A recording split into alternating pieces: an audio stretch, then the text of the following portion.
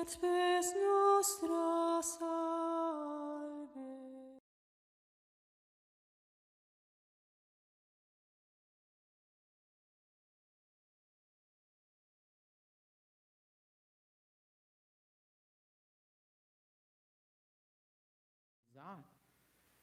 A todos aqueles que estão entrando, né, que estão acompanhando essa transmissão ao vivo. É um teste que nós estamos fazendo, como a gente tem falado, né? Em tempo de pandemia, a gente fica inventando coisa para fazer, para ocupar o nosso tempo, mas ocupar o nosso tempo de uma maneira inteligente, né? Então, por isso, aqui, para fazer, então, esse pequeno estudo, né? Como eu disse na missa, não se trata de aulas, porque eu não me considero professor qualificado, né, para ser professor. No entanto, quero ajudar, primeiramente, os alunos do curso de formação de teologia e pastoral, né, que já estão aí há quase um mês ou há mais de mês sem as aulas, e também aproveitar para refletir um pouquinho sobre isso, né? É importante da gente conhecer e a gente estudar mais diretamente a escatologia cristã. Então, a minha intenção é fazer isso esta semana. Então, hoje, quarta-feira e sexta-feira, sempre às 20 horas, aqui em nosso canal. E depois, nas semanas seguintes, também programar alguns horários para a gente fazer isso. Então, eu quero chamar de grupo de estudos, né, sobre a escatologia cristã, e quero convidar você a viver comigo essa aventura. Para os meus alunos, aqueles que já estão me acompanhando, tem uma apostila que eu encaminhei para eles, onde nós iremos trabalhar em cima dessa apostila. Para os que não são os meus alunos e estão acompanhando aqui, depois você entra em contato comigo, por WhatsApp ou, né, por algum outro meio. Eu encaminho para você também a apostila que eu preparei para os meus alunos. Assim você pode acompanhar um pouquinho também esse estudo. Então, nós vamos percorrer, né, aqui alguns minutos, conversando e estudando sobre este assunto, e quero, né, ter a sua companhia. É importante você tomar nota, né, daquelas coisas que você for tendo dúvidas, vai anotando no seu caderno, né, vai tomando nota aí. Depois você me pergunta, né, ou a gente aprofunda juntos essa questão para sanar as dúvidas, tá ok? Então, podemos fazer assim, vocês vão anotando, e se tiver dúvidas, a gente vai conversando em outros momentos e esclarecendo as dúvidas. Então, nesse sentido, avisamos novamente, nós faremos esse estudo, né, a partir do Catecismo da Igreja Católica. Não iremos trazer nenhuma outra realidade fora daquilo que ensina a santa doutrina, né, a sã doutrina da Igreja. A partir dessa experiência que nós queremos estudar, né? Repito, vamos juntos estudar, e para a gente poder, então, compreender um pouquinho mais sobre a escatologia cristã. Para começo de conversa, eu gostaria de recordar, né, aos alunos que já conhecem o padre, que já sabem mais ou menos como que o padre trabalha, mas também a todos aqueles que estão acompanhando, né? Quero fazer com vocês uma introdução. Antes da gente entrar no assunto escatologia, a gente precisa recordar e pontuar algumas coisas significativas para a gente compreender melhor essa realidade. Então, quando nós ouvimos, por exemplo, no Sábado Santo, a primeira leitura da missa, normalmente, é a leitura do livro do Gênesis, o capítulo 1, a narrativa da criação. Que Deus criou todas as coisas, criou por amor e criou para o ser humano. Não? Recorde-se desse contexto. Então, capítulo 1 do livro do Gênesis nos conta a narrativa da criação. Deus criou todas as coisas. E quando Deus criou todas as coisas em 6 dias. Né? O 7º dia, Deus descansou. Por isso, na fé cristã, na nossa espiritualidade cristã, o domingo é dia de descanso. Hoje, o domingo, depois da ressurreição do Senhor. Para os judeus, é o sábado. Mas por que estou fazendo essa referência? Para a gente compreender, a partir da ressurreição de Jesus, a gente começar a estudar a escatologia cristã. Por quê? Porque a escatologia cristã tem tudo a ver, podemos dizer assim, com a ressurreição de Jesus. Então, no 7º dia, Deus descansou de tudo o que ele havia feito. Muito bem. E os padres da igreja, alguns padres da igreja dos primeiros séculos, eles nos dizem que a ressurreição de Jesus é o 8º dia da criação. Olha que bonito essa expressão. 8º dia da criação. Por quê? Porque os padres da igreja entendem que na ressurreição, a obra de Deus, a obra da criação, ela chegou à sua plenitude. A obra da criação chega à sua plenitude com a ressurreição.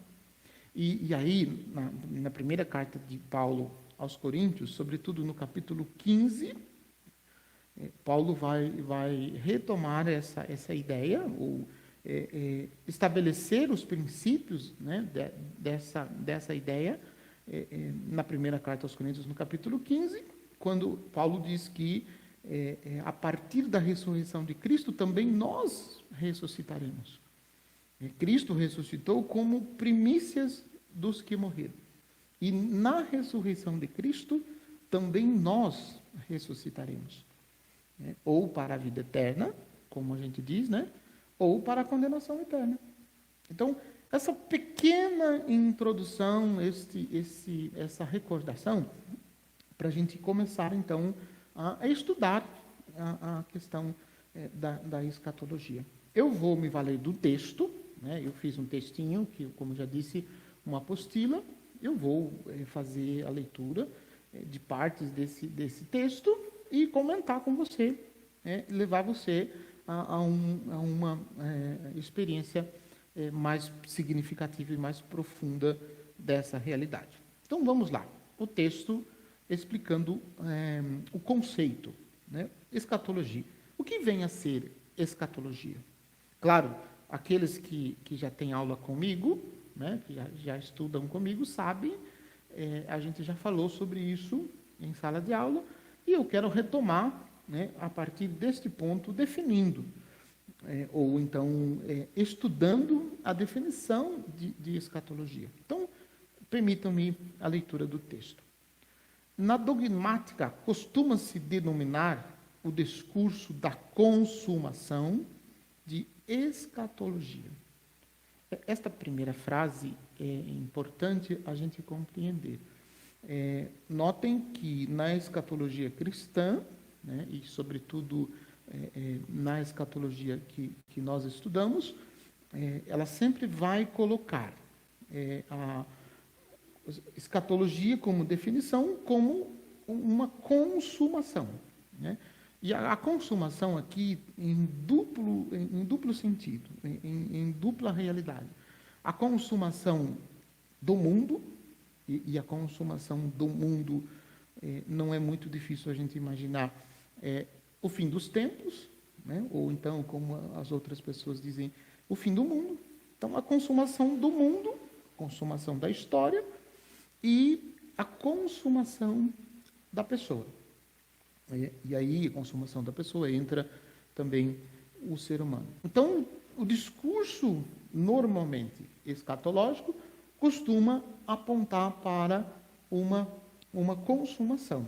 E quando aponta para essa consumação, se chama isso de escatologia. Depois, na maioria das vezes, este termo, traduzido por doutrina das coisas derradeiras, doutrina das coisas derradeiras. Ou então, numa outra tradução, a gente pode dizer assim, doutrina dos últimos acontecimentos. Então, das coisas derradeiras. Do grego, tá, escatá, das coisas derradeiras. Com isso se quer dizer doutrina do fim do mundo, da morte, da ressurreição, do juízo, do céu e do inferno. Então, note, escatologia trata especificamente deste assunto. E isso é uma realidade profundamente significativa. Por quê? Nos dias em que nós estamos vivendo, não se fala muito dessas coisas. Não se fala de fim de mundo, falar de morte, nem pensar. Ainda que, no tempo em que nós estamos vivendo, tem se falado muito de morte, por causa do coronavírus, o risco que as pessoas têm de virem a óbito por causa do coronavírus, mas as pessoas estão morrendo a todos os instantes de todas, de tantas doenças e de tantas situações que nós nem sequer nos damos conta disso. É claro que isso também acaba nos assolando. Eu costumo brincar. Eu não tenho medo da morte. Você tem medo da morte? Você já parou para pensar nisso? Com certeza você vai dizer, você ou algumas pessoas dirão, eu não tenho medo da morte. Ou outras dirão, eu tenho medo da morte. Mas a gente logo emenda. Obrigado. Tinha uma pessoa que está me ajudando aqui nos bastidores, ele trouxe um copo de água, que você viu aqui na câmera, para me molhar a garganta de vez em quando. Como disse Jesus, bem-aventurados aqueles que deram um copo d'água para um desses pequeninos, não ficará sem recompensa, viu? Então, voltando aí a nossa conversa, falando sobre o medo da morte. Eu digo, às vezes, para as pessoas assim, eu não tenho medo da morte. Não tenho.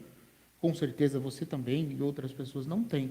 Mas se você emenda a pergunta e diz assim, mas gostaria de morrer agora? Não, eu não tenho medo da morte. Mas morrer agora não está dentro dos meus planos. E com certeza isso também para você. Então, a escatologia trata desse assunto. Trata da morte. Uma outra questão que a gente... eu iniciei a nossa conversa falando sobre isso, sobre a ressurreição. A fé católica nos ensina que todos nós ressuscitaremos. Ou para a glória eterna com Deus, ou para a condenação eterna. E é importante a gente ressaltar que não é Deus quem nos condena, e também não é o diabo quem nos condena. É importante a gente prestar atenção nisso. Sobre ressurreição, juízo, já falei, entra a questão do juízo particular e do juízo final, céu e inferno. Então, e hoje, uma questão importante a gente ressaltar aqui, existe uma tendência muito forte na sociedade de negar a existência do inferno e a existência do demônio.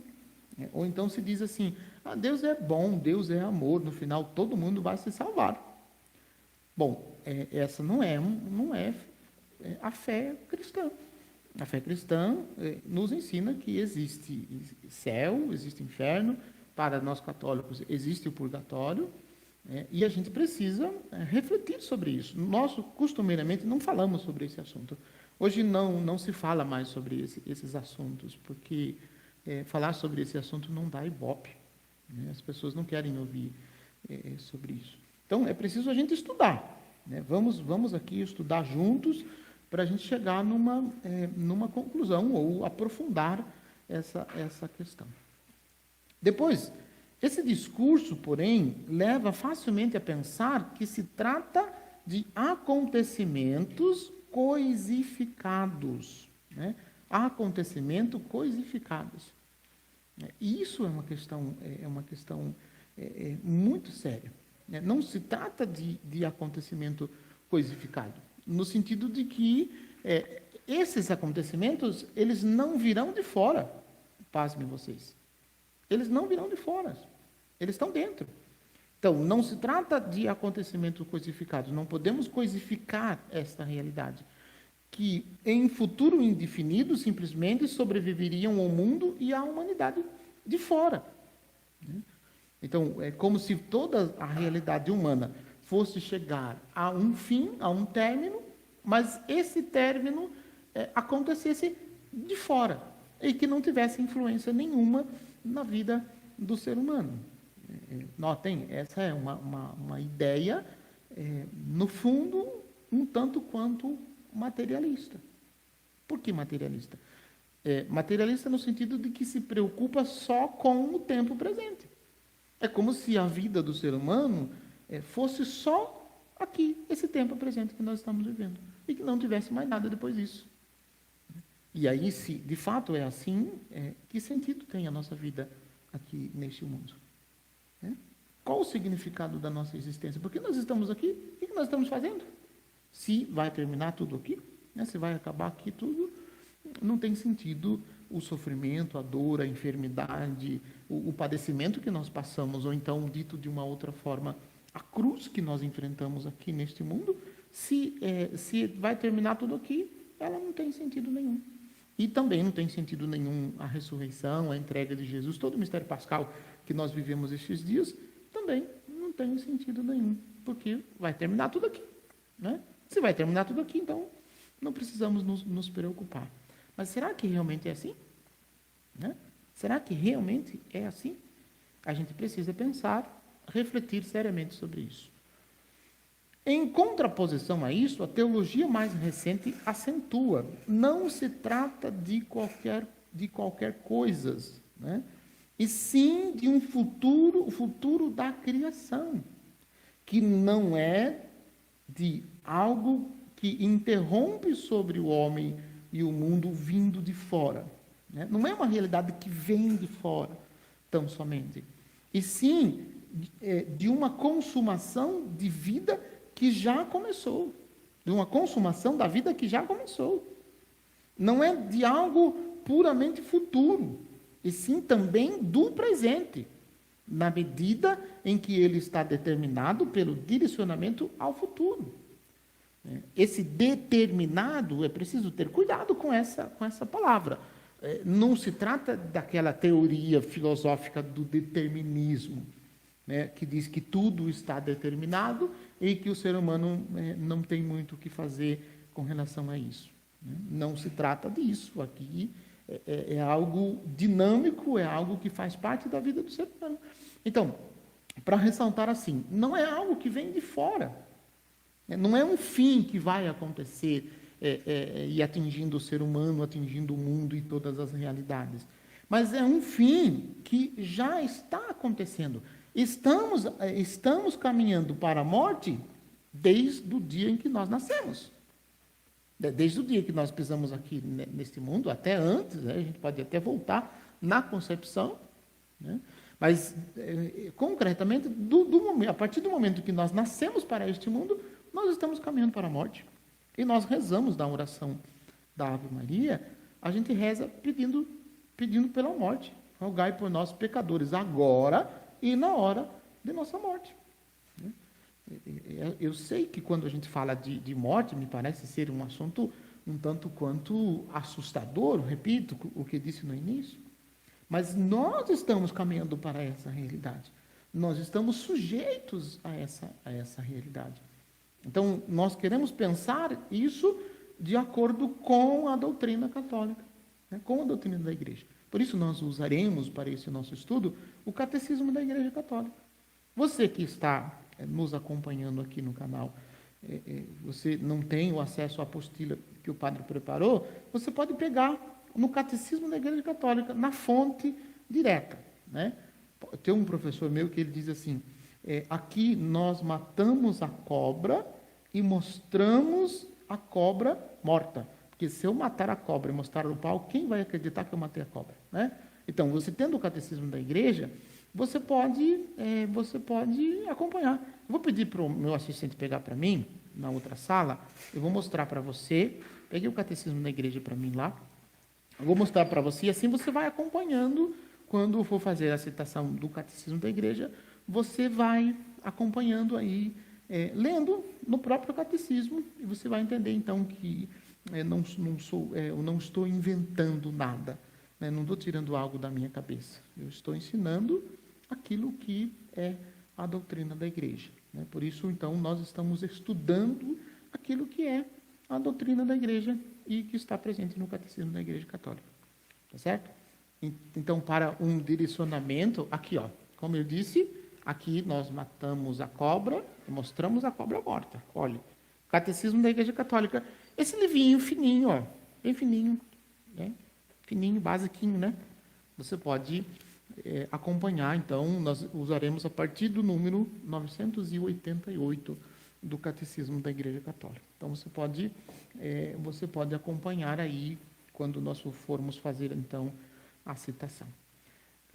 Diante dessas palavras iniciais, de acordo com o que nós expomos até o momento, podemos formular o que é escatologia. Então, escatologia reflete a esperança de consumação. Uma frase simples, né? Esperança de consumação. Escatologia. Então, se alguém te perguntar assim rapidamente, sem muita reflexão, o que é escatologia? Né? A gente brinca, esse negócio serve com o quê? Serve com leite, serve com café? Como que é isso? Escatologia. Então, se trata dos últimos acontecimentos numa frase. Escatologia reflete a esperança de consumação. Né? Paulo tem uma expressão bonita na carta aos Colossenses, também na carta aos Coríntios, que ele define consumação da história, que é o momento onde Cristo será tudo em todos, né? Onde todas as coisas em Cristo terão a sua plenitude. Isso é escatologia. Então, vamos aprofundar essa questão. Olhando para a consumação, a palavra consumação citada, ela pode significar duas coisas. Primeiro, um movimento em direção a um alvo. A primeira expressão, primeiro significado na palavra. Então, um movimento em direção a um alvo, né? Se eu tenho que ir daqui para outra sala, né, eu tenho que fazer um movimento e dar uns passos até a outra sala. A outra sala será o alvo que eu tenho. Então, esse movimento que eu faço para ir para outra sala, né? Então, um movimento em direção a um alvo. O primeiro significado da palavra consumação. O segundo, o próprio alvo, né? Então, o movimento que eu tenho para ir até o alvo e o próprio alvo.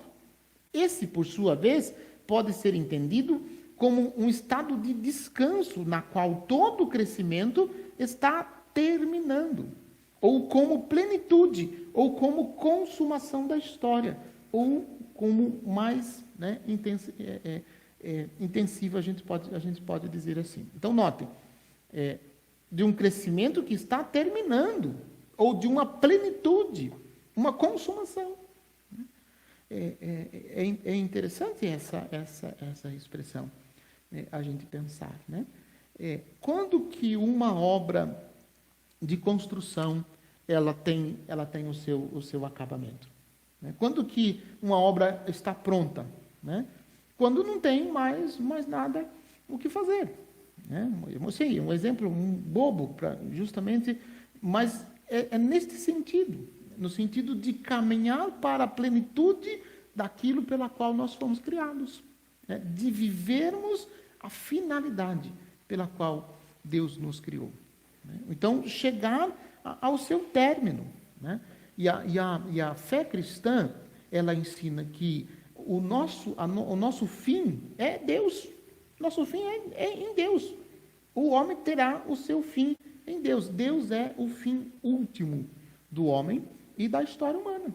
Então, como consumação, dentro desta realidade que nós acabamos de citar, como plenitude, né, como obra perfeita e acabada, como consumação da história, né, que a gente acabou de citar, que a escatologia se reflete tanto a consumação como processo, o caminho que nós percorremos, como também o alvo desse processo.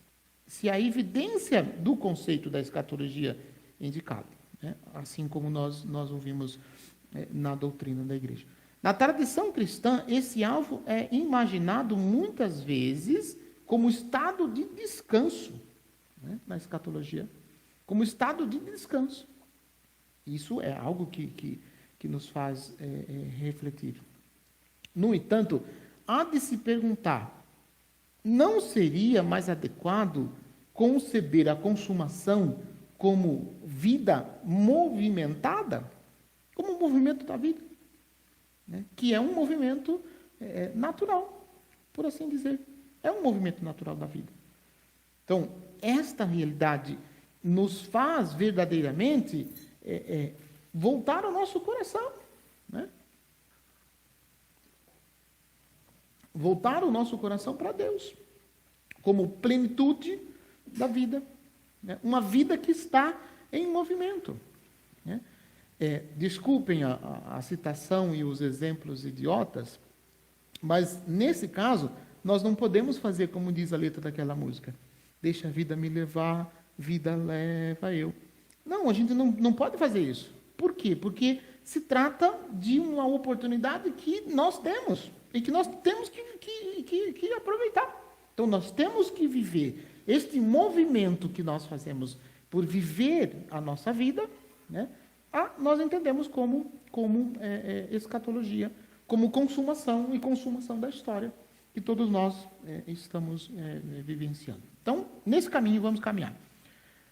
Pois bem, terminando esse nosso primeiro encontro, né, eu pretendo ser breve em nossos encontros para não cansar muito você, né? Porque senão você se cansa também, não aproveita muita coisa. Então, eu quero deixar você com uma pulga atrás da orelha. Eu quero deixar você refletindo essa noite, que você consiga dormir essa noite, se você conseguir, né? Então, vou deixar algumas perguntas nesse término para você pensar aí na sua casa. Em que sentido se fala aqui de mundo? Que sentido se fala de mundo aqui? Pensa aí, toma nota aí no seu caderno para você refletir. Mundo pode ser entendido, primeiro, como totalidade da criação. Aí você pode olhar o universo todo.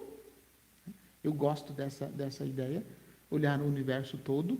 E quando a gente olha para o universo todo, e a gente olha para o ser humano, a gente vai perceber, sabe o que é o ser humano no universo?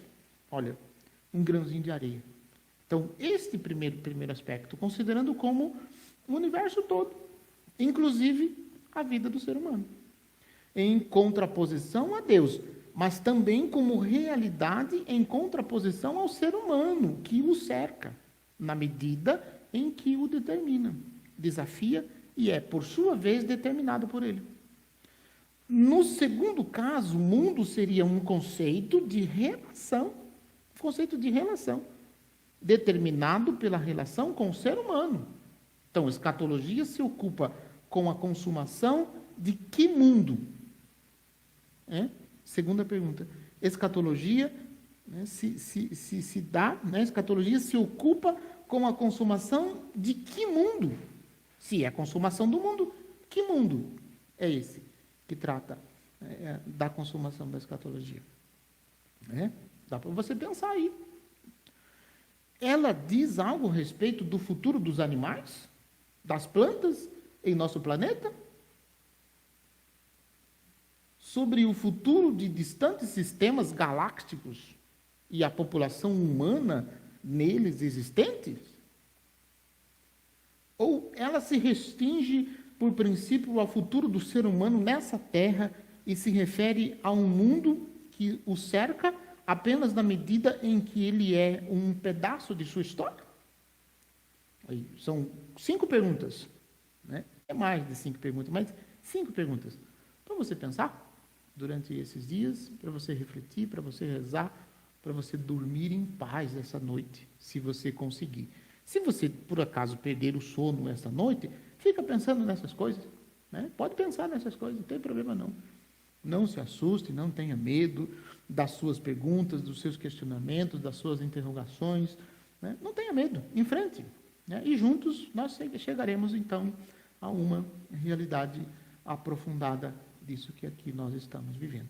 Então, essa primeira conversa, né? Acredito que foi uma introdução, foi longa, mais longa do que eu esperava que fosse, mas uma introdução que vale a pena você pensar, você refletir.